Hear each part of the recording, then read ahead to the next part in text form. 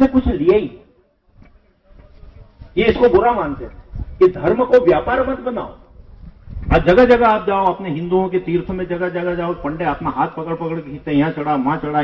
उस अस्पताल को कि बड़े बड़े प्रधानमंत्री, बड़े बड़े मंत्री ने, संतरी ने, बड़े बड़े सेक्रेटरी ने, कलेक्टर ने, ये जब बीमार होते हैं तो सरकारी क्षेत्र का वो सबसे बड़ा अस्पताल है, वहां उसका इलाज होता है।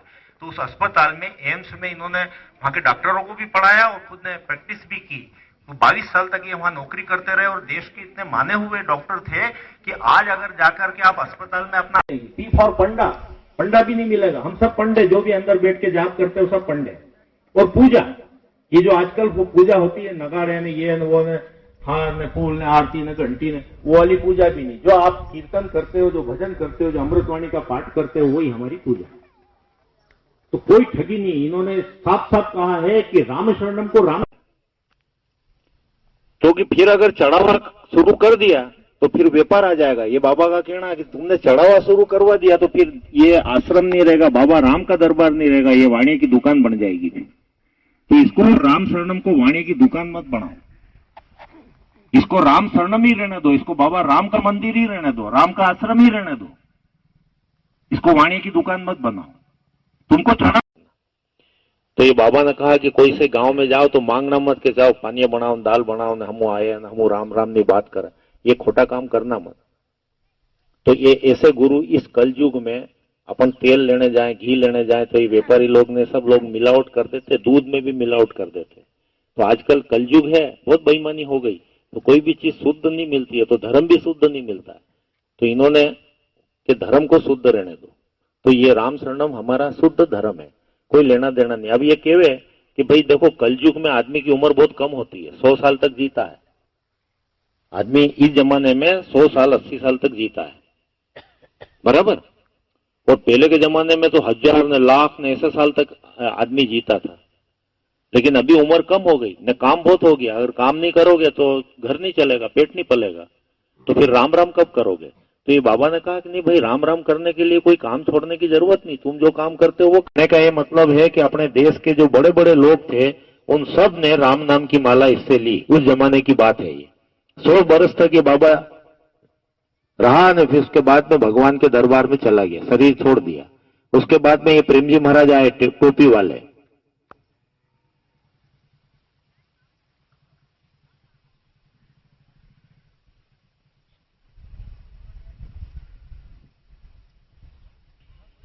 तो इनको एक बाबा ने बोला हो जाएगा और फिर मैं उसको वापस इंसान बना करके भेज दूंगा। तो अगर आपने राम राम जपा है, माला ली, मंत्र किया, अपना बड़े थोड़ा किया, ज्यादा किया है, आखिरी आखिरी आज माला ली, कल मर गए, तो भी कुतरा बिल्ली नहीं बनने का है, तो भी इंसान ही बनने का है। ये विधान है, ये पाल बांधना है। तो हमने अपने जीव की खुद की पाल बांध दो, अभी जीते जी बांध लो। क्योंकि ऊपर का भी लोक है, जैसे ये पृथ्वी माता है, इतनी लंबी चौड़ी है कि अपना हवाई जहाज से चलो तो ये पूरी नहीं होती है, इतनी बड़ी ये दुनिया है। तो ऐसी ऊपर 7 दुनिया है बड़ी बड़ी, वहां ये जीव जाता है। तो उसकी पाल अगर आपने बांध ली तो फिर कभी भी खराब योनि में, जीव जानवर की योनि में नहीं जाना पड़ेगा, नहीं सड़ना पड़ेगा। तो ये पाल बांधता है गुरु महाराज। और ये हमारे गुरु महाराज कहते हैं कि भाई इसके लिए कोई आपको पैसा कौड़ी ये कुछ भी खर्च करने की जरूरत नहीं। लोग कहते हैं ना आजकल के टेम नहीं है साहब, टेम नहीं है साहब। कोई चपरासी से पूछो तो क्या टेम नहीं, पटवारी से पूछो टेम नहीं, कोई कलेक्टर से पूछो तो टेम नहीं, कोई मंत्री से पूछो तो क्या टेम नहीं, कोई प्रधानमंत्री से, राष्ट्रपति से पूछो साहब क्या टेम ही नहीं, किसी से भी पूछो साहब टेम नहीं है। ये बाबा भी जानते हैं, हाँ कलयुग में टेम नहीं है, खूब काम करना पड़ता है तब जाके 2 टाइम की रोटियां मिलती है। घर चलाना आसान काम नहीं है, बहुत मेहनत मजदूरी करना पड़ती है तब घर चलता है। चाहे वो सेठ हो के साहूकार हो के मजदूर हो, मेहनत खूब करना पड़ती है उसको आज के जमाने में। तो फिर टाइम तो है नहीं, तो कहां जपोगे आप। तो ये कहता है बाबा के राम राम करते रहो, उसके लिए टाइम मैं बताता हूं तुमको। बाजार में नहीं मिलती, बाजार में मिलती तो अभिमंत्रित नहीं रहती होगी। और राम शरणम में जो माला दिल्ली से आती है वो अभिमंत्रित सिद्ध की हुई जागृत और चैतन्य माला राम नाम की मिलती है आपको वहां। तो ये माला जब हमारे गले में आती है तो कहीं की डाकण नहीं लगेगी, कहीं चुड़ैल नहीं लगेगी, कहीं का भूत नहीं लगेगा। और ये जो खोटी विद्या करने वाले लोग हैं दुनिया में, खोटी विद्या करने वाले भी हैं जानकार लोग कि ना घर में खराबी थाई तो घर में झगड़ा घाल दो, तो नींबू मतर के फेंक देते, कहीं मरचा मकड़ के फेंक देते, कहीं नो आटो मतर के वहां रख देते जमीन पे, अपना पाँव गलती से आटे पे पड़ जाए तो वो आटा अपने घर में चला जाए, उसका एक कण भी, तो अपने घर में कचाट हो जाए। तो ऐसी खोटी विद्या करने वाले, काली विद्या करने वाले, काला जादू करने वाले भी दुनिया में खड़े हैं। कोई मुठ मार देता है, खिड़की के ऊपर मुठ मारता है,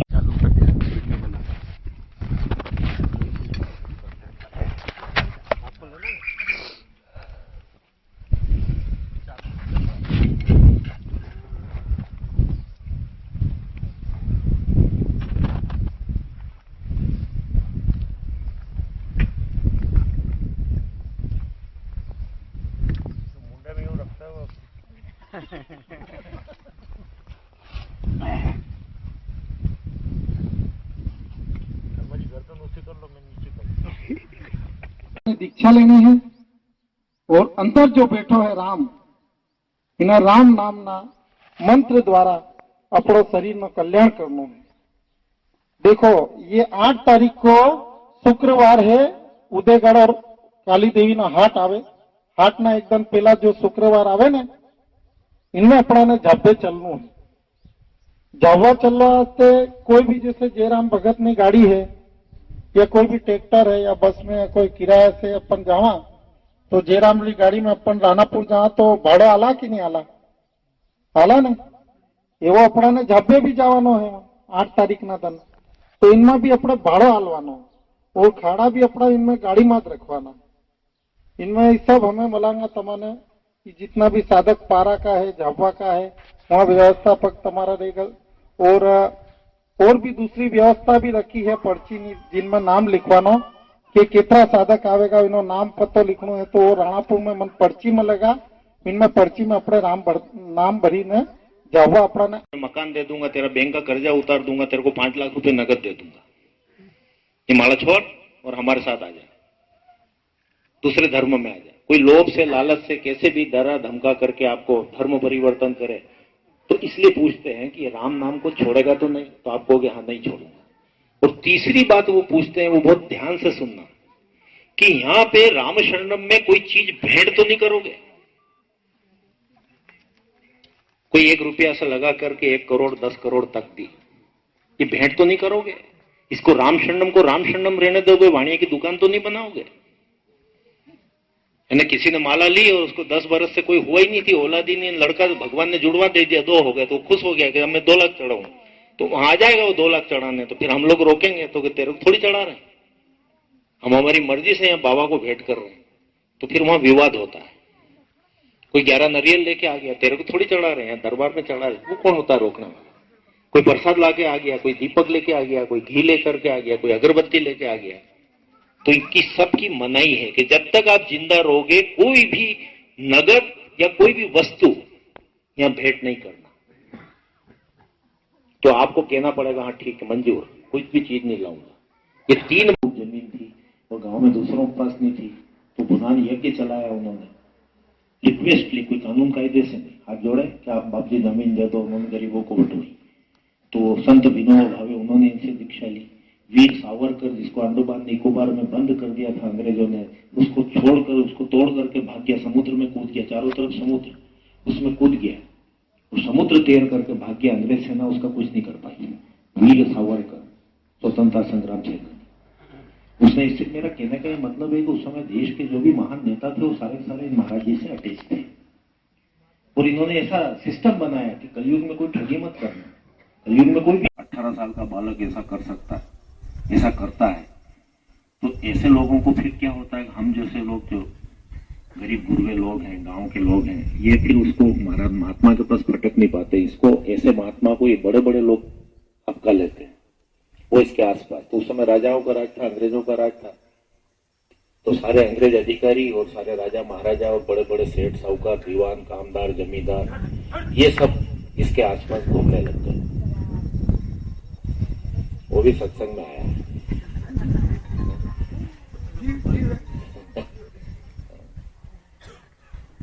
तो इसको, इन महात्मा को सबने उन्होंने घेर लिया और लाखों करोड़ों रुपए का चढ़ाव आने लग गया। जालंधर में जैन यतियों का एक सबसे बड़ा डेरा था जिसमें लाखों करोड़ों रुपए की संपत्ति थी, उसके ही अधिपति बन गए।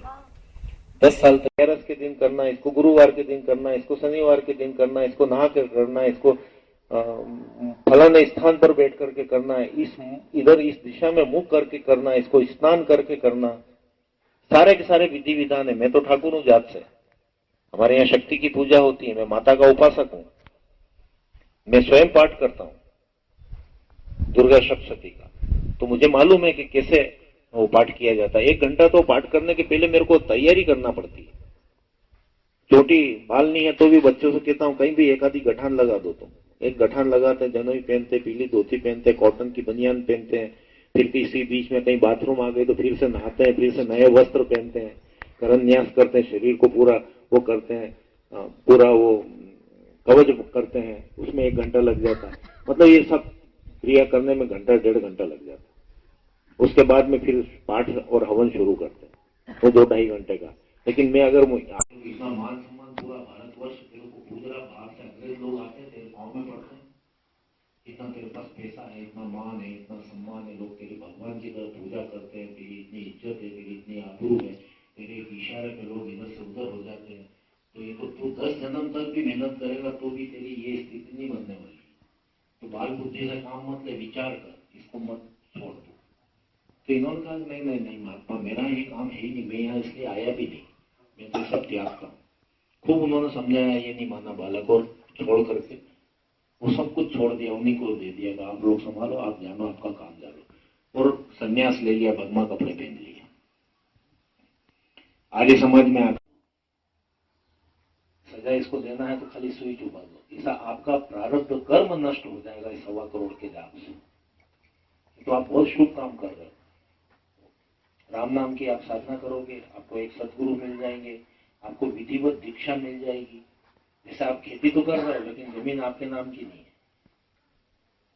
है। आप खेती कर रहे हो, सब राम राम कर रहे हो, लेकिन जमीन आपकी नहीं है। अब आप जमीन के पट्टे भी आपको मिल जाएंगे, मालिक भी आप। तो 8 तारीख को आप लोग सब पधारो, जो आपकी दूसरी विधान। रामायण लिखी ना वाल्मीकि ने, भील था वालिया भील, डाके डालता था, पर राम नाम की माला जपी और उल्टा जपा उसने राम। नारद जी ने उसको कहा कि ये राम राम बोल, तो वो कहता है बाप जी मेरे को राम राम बोलते नहीं आता। तो क्या आता है? तो मैं तो रात खड़ी करता हूँ, मैं चौराहे पर खड़ा रहता हूँ, इधर जो निकलता है उसकी पोटली छीन लेता हूँ। पहले अटैची बैग नहीं थे, पोटली में ले जाते थे सामने, तो पोटली छीन लेता हूँ, लठ मारता हूँ तो सामने वाले का किसी का माथा फोड़ता हूँ, किसी की टांगड़ा तोड़ता हूँ, तो लठ पड़ती है उसको तो मारा रे सब होता है। तो वो सुनता हूँ तो मैं मारा मारा बोल सकता हूँ। तो नारद जी ने कहा अच्छा ठीक है बोल, पर जरा जल्दी जल्दी बोल। तो जल्दी जल्दी बोला उसने, मारा मारा मारा मारा मारा मारा मारा मारा मारा मारा, हो गया ना रामा। उल्टा जपा तो क्रूर कर्मी डाकू का हृदय इतना अच्छा हो गया कि उसके मुंह से रामायण निकल गई। वो कौन से पक्षी की मादा जब तड़प रही थी, वो आपको सब किस्सा मालूम है कि कैसे रामायण फूटी, तो उसके मुंह से रामायण फूट गई। आज हजारों साल से उस रामायण के ऊपर समाज चल रहा है, आदर्श चल रहा है। रामचंद्र जी का आदर्श घर परिवार, राष्ट्र, समाज, राजा प्रजा, माता पिता का संबंध और अन्य पारिवारिक संबंध, ये सारे संबंध रामायण से ही संचालित हो रहे हैं इस देश में। तो वो किसी ब्राह्मण के बाप ने नहीं लिखी, किसी ठाकुर के बाप ने नहीं लिखी, वो भील के बाप ने लिखी। मां शबरी झूठा खिलाया, मैं भी